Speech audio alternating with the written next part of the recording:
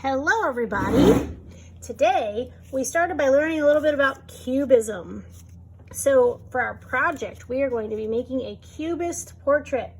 Now Cubism, as we recall, was a movement of art that Pablo Picasso helped create, and in it the people looked more abstract, so they didn't really look realistic, and their goal was to show different angles of the face all at one time, and it ended up looking like little cubes. So to make your Cubist portrait, you are going to get a paper, and I'm going to be drawing in black crayon. If you want to start in pencil though, you can. So I'm going to start by drawing the simple outline of a face. So a U shape for the head, 2 lines for a neck, and then 2 curvy lines for a shoulder. Then I'm going to get some squares of colorful paper. And on here, I'm going to draw my facial features. And I have 2 papers to look at. These have different body parts of the face on there, and it gives us some ideas of what Pablo Picasso's eyes and nose and mouths of his portraits look like. So you can use these as a reference. So I'm going to start by making an eye like this eye. I'm going to use that one for my first eye. Once again, I'm drawing in that black crayon, but if you want to start in pencil and then trace over it with color, you can do that too. You can add other colors as well though. So if you want to color the eye color in, you can do that. Okay, that's number 1 eye.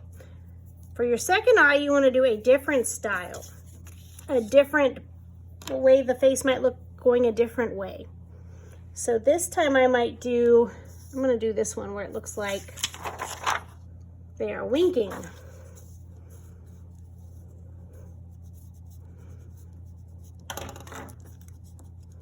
And I can put them side by side, or I could make them off center like this.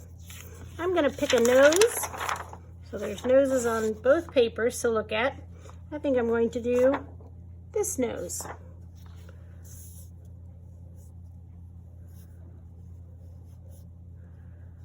What's interesting is when you look at some of these shapes by themselves, they don't even really look like face features until you add them to the face. And then all of a sudden it makes sense. I could twist it this way. I could put it over here if I wanted to. That's the great thing about drawing them on the little squares of paper, is you can move it around and decide what type of face layout you like best. So for the mouth, I think I'm going to go with this one up here.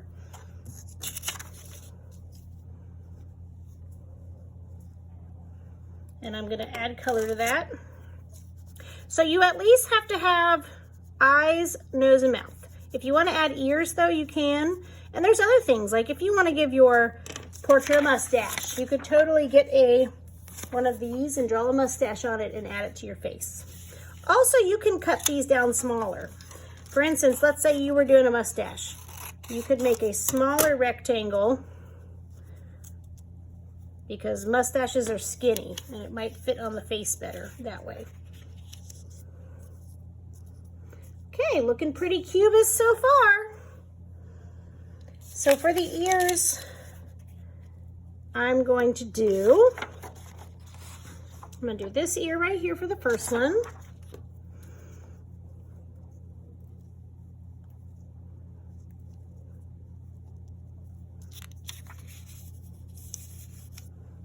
And then I think I'll do this ear for the second one.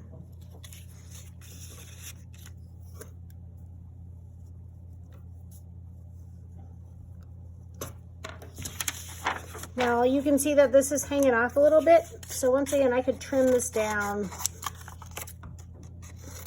I still want to try to keep it in a rectangle or square shape though, because that is part of the cubism, because that's the shapes they often used, geometric ones. This is not really showing up very well, but color it in anyway. Okay, so I'm ready to add some glue now before I move on. I'm just gonna take some of these off and start gluing my face down.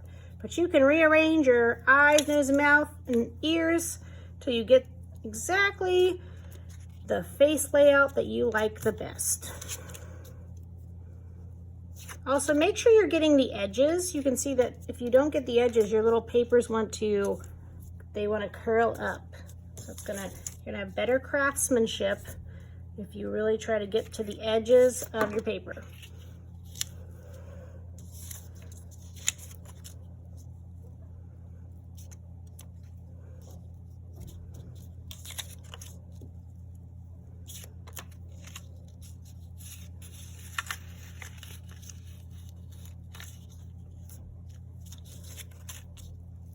So after I have all the facial features drawn and glued on, then I'm going to add details to the rest of the face. For instance, I need to add some hair.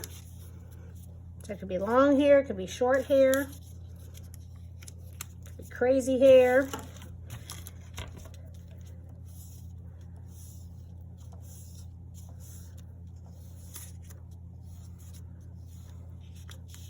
And then I'm going to add more color to my face as well. So I'm just going to go in between all the little spaces and add different colors to them.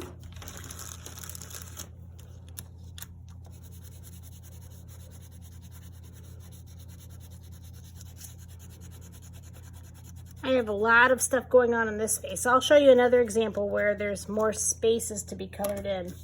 Think about what colors you want the hair to be.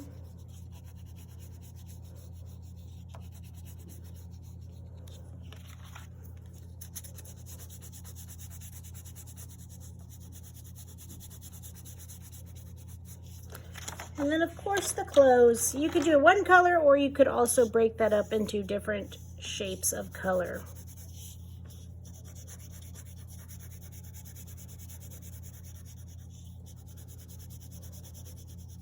I'm going to keep working on this one, but I'm going to show you some finished ones. So as you can see, this one had some bigger spaces in the face, and you can see the different type of hair I drew for that one. Here's one that has longer hair. I call this one Attitude because somehow it ended up looking angry. But yeah, so this one has some longer hair. Okay, so now it's your turn to make your Cubist portrait.